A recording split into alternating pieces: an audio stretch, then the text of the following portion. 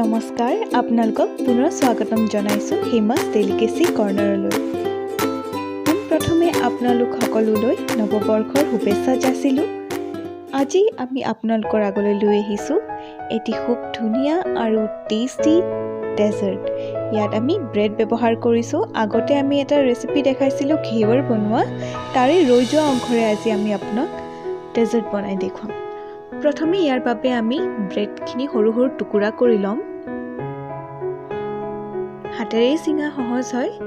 এতিয়া এইখিনি আমি অলপ অলপকৈ মিক্সাৰ গ্ৰাইণ্ডাৰৰ সহায়ত গ্ৰাইণ্ড কৰি ল'ম। একেবাৰে বেছিকৈ দি নিদিব, নহ'লে মিহি হৈ নাহে। দেখিছে এয়া ঠিক এনেধৰণে মিহি হৈ যাব লাগে। এতিয়া আমি আমাৰ ক্ৰীমখিনি প্ৰিপেয়াৰ কৰিম। তাৰ কাৰণে প্ৰথমতে আমি হোৱাইট চকলেট ল'ম। ইয়াতে 100 গ্ৰাম হোৱাইট চকলেট লৈছোঁ। ভালদৰে সৰু সৰুকৈ কাটি লৈছোঁ।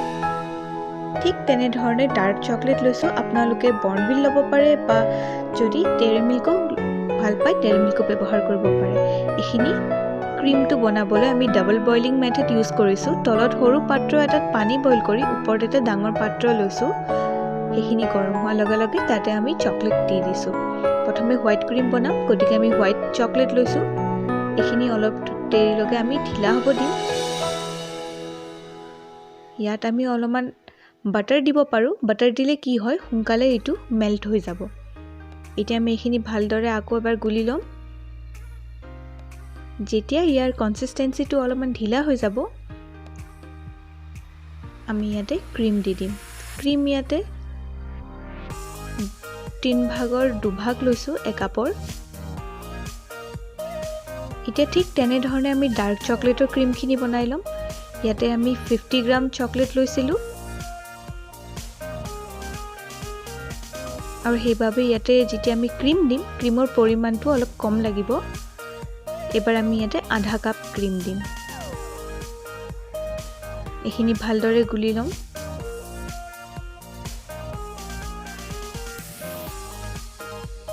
এনেধৰণে আমি আমাৰ ক্ৰীমটো ৰেডি কৰি ল'লোঁ। এবাৰ আমি আগৰ যোনখিনি গুড়ি কৰা ব্ৰেড তাৰে 2 কাপ লৈছোঁ।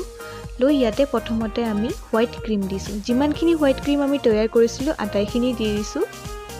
ভালধৰণে আমি এতিয়া এইটো মিহলাই ল'ম।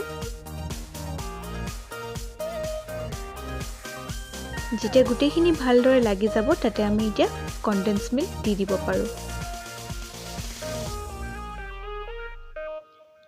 এইখিনি আকৌ এবাৰ ভালদৰে আমি লৰাই ল'ম। এতিয়া যিকোনো বাতি ল'ব পাৰে আপোনালোকে, গ্লাছ হওক ষ্টীল হওক যিকোনো ব্যৱহাৰ কৰিব পাৰে। তাতে এনেধৰণে লাহে লাহে হেঁচি পিনে এইটো ছেট কৰি ল'ম। এতিয়া এইখিনি আমি ফ্ৰিজত থৈ দিম 10 মিনিটৰ বাবে। যেতিয়ালৈ সেইখিনি ছেট হৈ যায় তেতিয়ালৈ আমি আমাৰ ডাৰ্কখিনি বনাই লওঁ। এতিয়া আমি ইয়াতে যিমানখিনি চকলেট বনাইছিলোঁ তাৰে অকল 2 ভাগ ল'ম, 3 ভাগৰ 2 ভাগ ল'ম। এতিয়া এইখিনি ভালদৰে মিলাই ল'ম। মিলাই ঠিক আগৰ ধৰণে সেই তাৰে বাতিটোৰ ওপৰতে এইখিনি আকৌ আমি ছেট কৰি ল'ম। আগৰ ধৰণে এইটো অলপমান এনেকৈ স্প্ৰেড কৰি উঠি লাহে লাহে আপোনালোকে চামুচ বা এনেকৈ স্পেচুলাৰ সহায়ত হেঁচি হেঁচি দিব। তেতিয়াহ'লে ধুনীয়াকৈ এইটো ছেট হৈ যাব। আকৌ আমি এইখিনি এতিয়া আকৌ ফ্ৰিজত থৈ দিম। বেছি দেৰি নালাগে, 10 মিনিটমান থ'লে হৈ যায়। তেতিয়ালৈ আহক আমি ক্ৰীমটো ৰেডি কৰোঁ। এইবাৰ আমি হাফ কাপ ক্ৰীম লৈছোঁ। চেনি গুড়ি লৈছোঁ 2 চামুচ। আৰু এইবাৰ মই এইটো কফি ফ্লেভাৰ বনাম। যিহেতু মোৰ কফি আৰু চকলেটৰ কম্বিনেশ্যনটো খুব ভাল লাগে, আপোনালোকে বিচাৰিলে যিকোনো বেলেগ ফ্লেভাৰো ইউজ কৰিব পাৰে। এইখিনি এতিয়া ভালদৰে ফেটি ল'ম।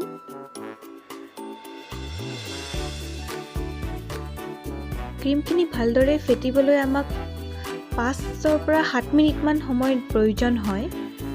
আপোনালোকে এইখিনি ঠিক এনেকুৱা অলপমান ঢিলা কনচিষ্টেঞ্চি হোৱাকৈ ফেটি ল'ব। এতিয়া বাতিটো উলিয়াই আনি তাতে আমি এইখিনি ধুনীয়াকৈ বাকি ল'ম। গোটেইখিনি ইভেনলি বাকিব লাগিব।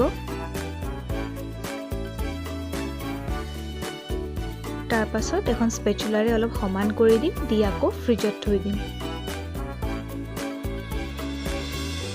ফ্ৰিজৰ পৰা ওলোৱাৰ পিছত আপোনালোকে দেখিছে ধুনীয়াকৈ ছেট হৈ গৈছে আৰু সমান হৈ গৈছে। এতিয়া ইয়াৰ ওপৰত চকলেট ডেকোৰেশ্যন কৰিম। আমাৰ ৰৈ যোৱা ডাৰ্ক ক্ৰীমখিনিৰে আমি ইয়াতে এনেধৰণে ডেকোৰেশ্যন কৰিম। খুব ইজি এইটো পদ্ধতিটো, আপোনালোক সকলোৱে কৰিব পাৰিব। এনেকৈ আমি টুপ দিয়াৰ পিছত তাৰ ওপৰত টুথপিক এডাল লাহেকৈ এনেকৈ চলাই দিম, তেতিয়া আমাৰ ধুনীয়া এটা পেটাৰ্ণ আহি যায়।